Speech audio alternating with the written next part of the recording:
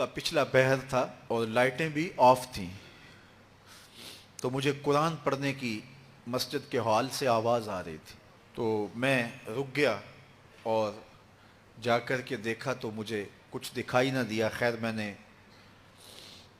لائٹیں جلائیں تو پھر بھی مجھے کوئی بچہ بیٹھا نظر نہ آیا جو قرآن پڑھ رہا ہو، لیکن جس سمت سے آواز آ رہی تھی میں اس سمت بڑھا، تو میں جب آگے گیا تو دیکھا کہ ایک بچہ سویا ہوا قرآن پڑھ رہا ہے۔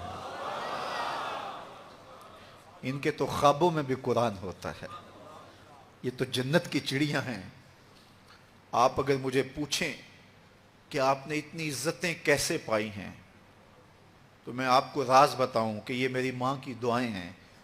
میں آپ کو راز بتاؤں، یہ میرے باپ کی سحری کے سجدوں میں بہنے والے آنسو ہیں۔ میں بتاؤں کہ یہ میرے اساتذہ کی شفقتیں ہیں، میرے مرشد کی نگاہ ناز ہے۔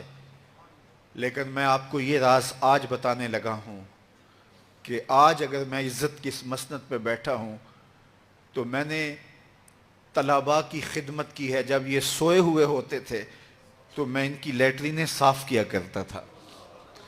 آج اللہ نے مجھے ان بچوں کے قدموں کے صدقے سے عزتیں دی ہیں۔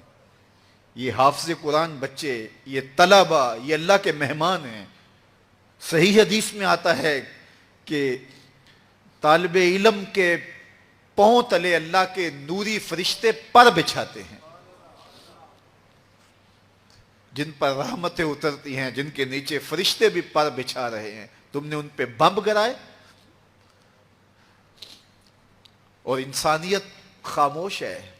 ہمارے استاد فرماتے تھے کہ ایک دارالعلوم تھا، وہاں طلباء پڑھتے تھے، تو یہ بچے ہوتے ہیں، بالخصوص حفظ کی کلاس کے بچے چھوٹی عمر کے ہوتے ہیں، اور اس عمر میں بچوں کی شرارتیں، بچوں کی اٹکیلیاں، یہ ان بچوں کے بچپنے کا حسن ہے۔ بعض لوگ ہمارے پاس آتے ہیں کہ یہ بچہ شرارتیں بہت کرتا ہے، دم کر دیجئے، تو میں کہتا ہوں یہ شرارتیں ہی تو ان کی عمر کا حسن ہے۔ جب بڑے ہو جائیں گے تو یہ سنجیدہ ہو جائیں گے۔ وہ ایک شاعر نے کہا تھا، مجھے اچھا نہ لگا بچوں کا جوان ہونا۔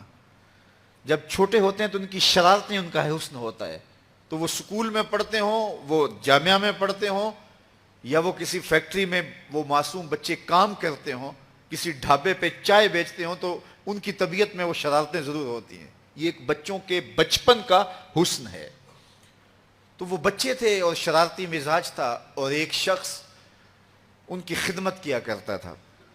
کبھی وہ گھی کا کنستر اپنی کمر پہ لاد کے لا رہا ہے، کبھی وہ آٹے کی بوری اپنی کمر کے اوپر لاد کے لا رہا ہے، اور بچوں کی خدمت میں لگا رہتا تھا۔ بچے تھے، کچی عمر تھی، شرارتی مزاج تھا، تو انہوں نے اس کا نام ڈال دیا حمار، گدھا۔ جب بھی بھوک لگی ہوتی اور وقت کھانے کا قریب ہوتا تو کہتے وہ ہمارا گدھا گیا ہوا ہے، ابھی لے کے آئے گا تو کھانا ہم کھائیں گے۔ تو آپس میں انہوں نے اس شخص کا نام جو ان کا خدمت گزار تھا گدھا رکھ دیا۔ اسے پتا چلا کہ یہ مجھے گدھا کہتے ہیں، میں ان کی خدمت کروں، نوکری کروں، بلا معاوضہ میں ان کے لیے کمر پہ گھی کے کنستر اور آٹے کی بوریاں لاد لاد کے لاؤں، اور یہ مجھے گدھا کہتے ہیں۔ اس نے چھوڑ دیا اور گھر چلا گیا۔ رات پڑی، سویا، مقدر جاگے، کیا دیکھتا ہے؟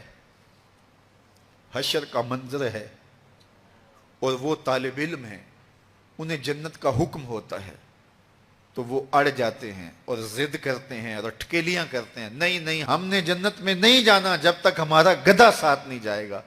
یہ اٹھا اور آنکھوں میں آنسو تھے اور دوڑتا ہوا مدرسے آیا، کہا تم مجھے گدھا کہو، حمار کہو، کھوتا کہو، میں نوکری تمہاری ہی کروں گا، کیونکہ تم اللہ اور اس کے رسول کے پیارے ہو۔